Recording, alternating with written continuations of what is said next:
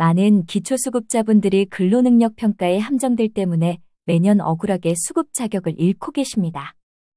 실제로 2023년 한 해에만 24만 9천 명의 분들이 기초수급에서 탈락했습니다.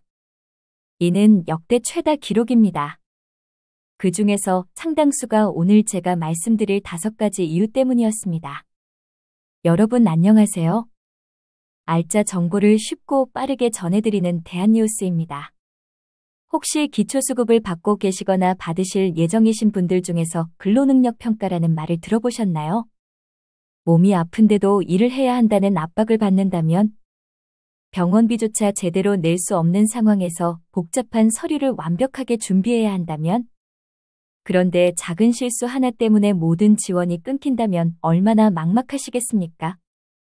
근로능력 평가란 쉽게 말해서 이분이 일을 할 수 있는지 없는지를 판단하는 검사입니다.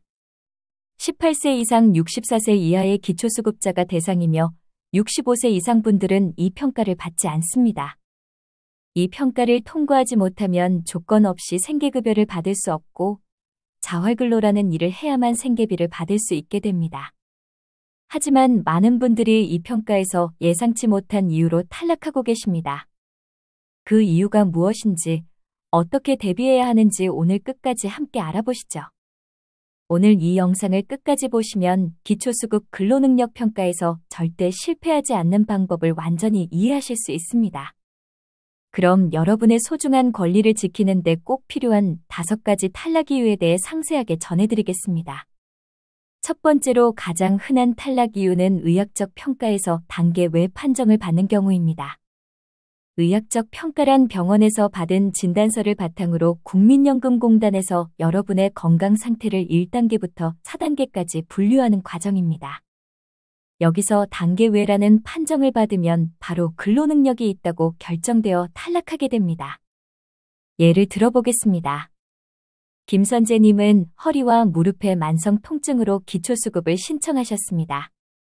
그런데 병원 진단서에 가끔 동네 가게에서 아르바이트를 한다는 내용이 적혀 있었습니다. 또한 구체적인 치료 경과나 일상생활의 제약 사항이 자세히 기록되지 않았습니다.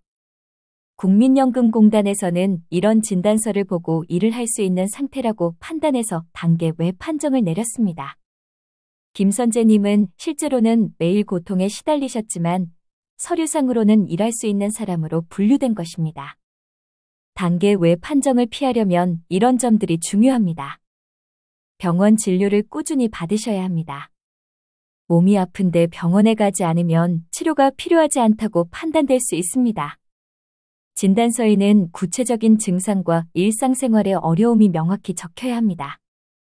일을 한다는 내용이 진료 기록에 있으면 매우 불리합니다. 약국에서 일반 의약품만 사 먹는 것보다는 정식으로 병원 치료를 받은 기록이 있어야 합니다. 두 번째는 활동능력 평가에서 점수가 너무 높게 나오는 경우입니다.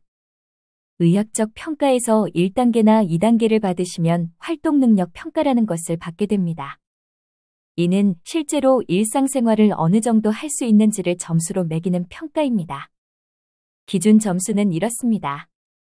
의학적 평가 1단계 55점 이하여야 근로능력 없음 인정. 의학적 평가 2단계 63점 이하여야 근로능력 없음 인정. 이 점수를 한 점이라도 초과하면 무조건 근로능력이 있다고 판정됩니다. 예시 사례를 말씀드리겠습니다. 박성진님은 고관절 문제로 걷기가 매우 힘드셨습니다. 그런데 2층 집에 사시면서 평가관이 집까지 어떻게 올라오세요? 라고 물었을 때 집이야 매번 다니는 곳이니까 어렵지 않게 와요라고 대답하셨습니다. 평가관은 이 대답을 듣고 계단 이동 가능, 외출 가능, 음식 조리 가능 등으로 긍정적으로 체크했습니다. 결과적으로 박성진님은 68점을 받아서 기준인 63점을 5점 초과에 탈락하셨습니다. 활동능력 평가에서 주의하실 점. 솔직하게 현실을 말씀하세요. 힘든 것을 괜찮다고 말하시면 안 됩니다. 가족의 도움 없이는 어려운 일들을 구체적으로 설명하세요. 평가 전에 일상생활의 어려움들을 메모해 두시는 것이 좋습니다. 할 수 있다와 어렵게라도 한다는 완전히 다릅니다. 세 번째는 자활사업에 무단으로 참여하지 않는 경우입니다. 자활사업이란 근로능력이 있다고 판정받은 분들이 참여해야 하는 일자리 프로그램입니다. 자활근로라고도 부르며 이에 참여해야만 생계급여를 받을 수 있습니다. 정당한 사유 없이 2회 이상 무단 불참하면 생계급여가 중단됩니다. 예시 사례입니다. 최철진님은 건강 문제와 가족 돌봄이 겹쳐서 자활근로에 3번 연속으로 참석하지 못하셨습니다. 하지만 병원 진단서나 사유서를 미리 제출하지 않으셨습니다. 담당자는 이를 정당한 사유 없는 불참으로 처리했고 최철진님의 근로지원이 완전히 중단되었습니다.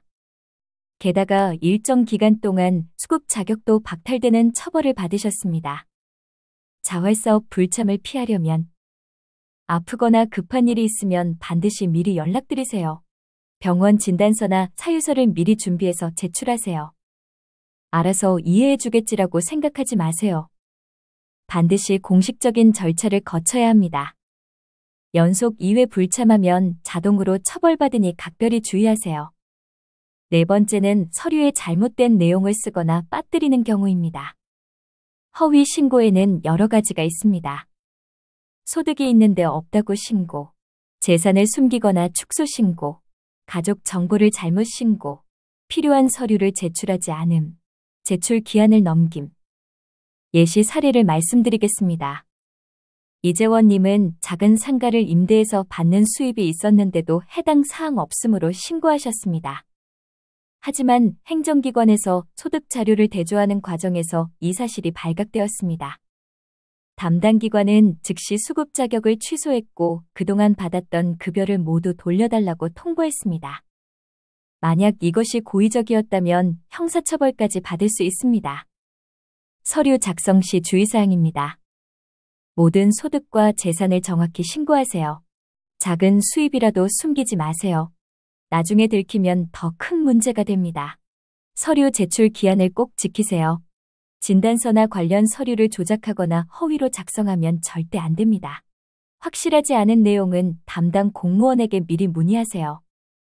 다섯 번째는 상담이나 평가에 참여하지 않는 경우입니다. 기초수급자로 선정된 후에도 정기적인 상담과 평가가 있습니다. 담당 사회복지사와의 상담, 직업훈련 프로그램, 근로능력 재평가, 정기면담. 이런 의무사항들을 반복적으로 불참하거나 비협조적으로 대하면 탈락 사유가 됩니다. 예시 사례입니다. 박한길님은 가족 간 갈등과 심리적 어려움 때문에 2개월 연속으로 상담에 참석하지 않으셨습니다. 담당 공무원이 여러 번 연락을 시도했지만 계속 불참하셨습니다. 결국 의무 불이행을 이유로 수급에서 탈락하셨습니다. 또 다른 사례로 김태준님은 근로능력 재평가를 위해 국민연금공단에서 수차례 면담 연락을 했지만 연락이 되지 않았습니다. 결국 평가가 반려되어 수급 탈락 판정을 받으셨습니다. 상담 및 평가 참여 시 주의사항. 정해진 일정은 반드시 지키세요.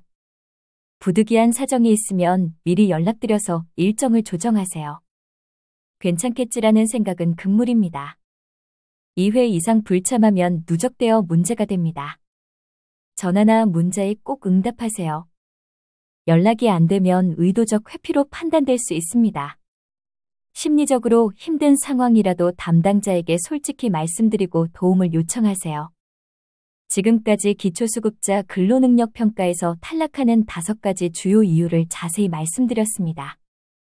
다시 한번 정리하겠습니다. 첫째, 의학적 평가에서 꾸준한 치료 기록과 구체적인 진단 내용이 필요합니다.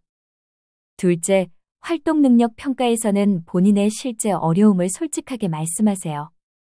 셋째, 자활사업은 정당한 사유가 있을 때만 불참하고 반드시 미리 증빙 서류를 제출하세요.